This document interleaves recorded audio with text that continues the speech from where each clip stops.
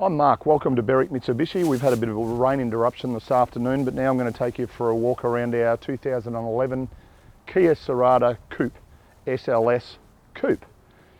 Finished in black. We start at the front of the car. A really nice touch with the Kias, just the black grille. All we've got is our headlights and our driving lights in the front of our bar. Presents in really good order. Did dry this car earlier, but a bit of rain came. The only marks I can notice, which I'll show you on this driver's side of the car, factory 17-inch alloys, near new tyres. As we come down the side of the car, indicators in our outer mirrors, a couple of marks just on the driver's door here, which will probably polish out.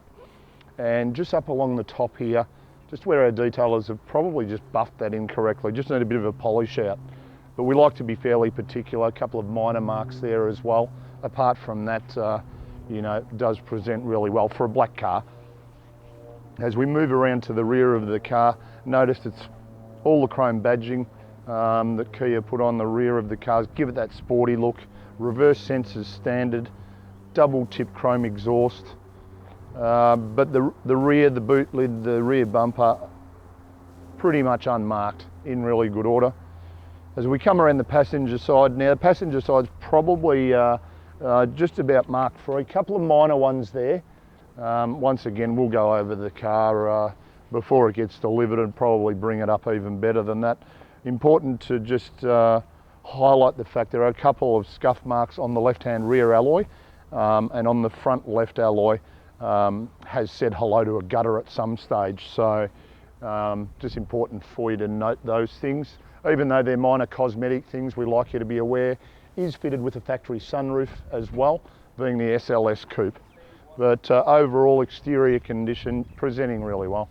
So we move under the bonnet now of the Kia, and we'll just discuss a few of the vital statistics. We'll just get our rod into position after dropping it. Powered by a little 2-litre 4-cylinder motor, double overhead cam. It does still give you 155 kilowatts and 194 newton meters of torque, at the same time delivering 7.7 litres combined per 100 k's. So even though they're a fairly small fuel tank, 52 litre fuel tank, you're going to get good range out of a tank of fuel. So now we move around to the rear of the car. Just a simple matter of pushing on our remote. It does release the boot, just a simple matter of holding it down and the boot just pops open.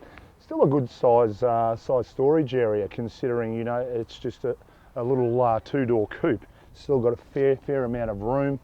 Got our spare wheel, full-size spare, which is really good, and never been on the car, brand new.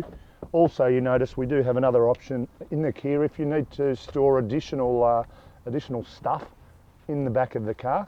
We can release these seats just by the little levers in there and then pop them down from inside the car.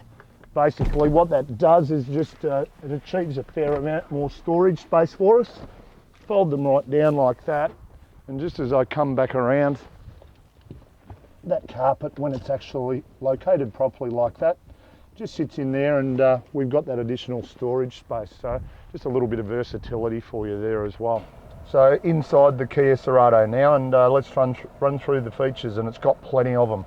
Starting on the driver's armrest, we've got our power window controls, also our exterior mirror controls as well. Directly ahead of the door trim, our little switch to just turn the brightness up on our dashboard, manual button to turn traction control off. We move to the indicator stalk, and we do have auto headlights, so they will sense as it's getting dark, as it is a little bit this afternoon here in Berwick. Turn our headlights on automatically. Our steering wheel is height and reach adjustable, so set ourselves up where we're nice and comfy. Simple matter of just locking that away by the lever underneath the steering column. On our leather wrapped steering wheel, we've got a few controls here as well. Our Bluetooth, we've also got all of our audio controls here, and then to our right hand side, all of our cruise control. This car is also fitted with paddle shift, which we'll discuss a little bit more shortly when we get to the transmission. Wipers as standard on our left hand side. Trip computer feeds it's all our info, distance to empty, average fuel consumption, and so on. So all of the info you need to glean from the performance of the motor car is there at your fingertips. Moving into the centre section now, we've got just our digital clock as standard at the top, hazard light button there as well.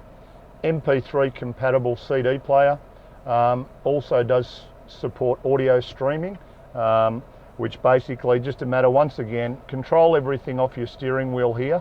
Don't need to take your eyes off the road. Just got it on FM at the moment. We changed to AM or FM2, AM, and then we just flick to Bluetooth streaming. I've already paired my phone. So as soon as I get to that particular mode, automatically picks up whatever's playing through my iPod or iPhone, whatever option you've got. Also important to note, just down the bottom here we have auxiliary iPod USB inputs, 12 volt outlet there as well. So you've got all the options there. If you don't want to play the music through your phone, one of the kids wants to play their iPod, get it done. Move directly below that now and we've got all of our controls. Climate control, air conditioning, just set ourselves up exactly how we want it, or in winter, obviously heating. And we move to the transmission, just drive it as a normal auto, flick it across into manual mode, and that's where our paddle shift comes into play. The gears indicated up on your dashboard as well. So simple matter of just changing through the gears by the paddle shift. Bit of fun. If you want to drive it like a sports car, you've got the option. Handbrake as standard, just to the rear of the T-bar. We do have our cup holders there in the middle. Additional storage area just in there in the console, and then another smaller one directly above it inside the lid. Airbag safety, important to take note that we've got front, side and curtain airbags in the Kia. So you can be quite confident your occupants are nice and safe. And of course, being the SLS Coupe, you notice it's a full leather interior. So not only do we have leather seats front and rear, we do also have leather infills running through the door trims as well. Obviously, being a coupe, not a lot of room in the back. Our cameraman Matt's just loving life at the moment, filming from the back there, but that's it's part of what goes with the job. You do it for the team. Now we go to the books. Very important to take note of the first registered date, 30th of the 9th, 2011. Being a Kia, you've got a 5-year factory warranty. So we've got new car warranty on this car for a good 20 months yet. And the beauty of the Kia product is unlimited Ks on the warranty. We'll go to our service books and you notice servicing has been beautiful all the way through, and dealership serviced as well, which is a good thing. All the way up to the current service, which we've just carried out, so perfectly maintained from a mechanical point of view. A lot of motor car. Just to recap, 115 kilowatts, 194 newton meters of torque, but delivering you stunning fuel economy, 7.7 litres per 100 Ks. I'll just step back and just scan over that car again. Good looking, sporty coupe. Imagine cruising around in that. Girls will be all over you. Or the boys will be all over you, whichever. If you've got any further questions, feel free to give us a call, 9907 0555. Beautiful car.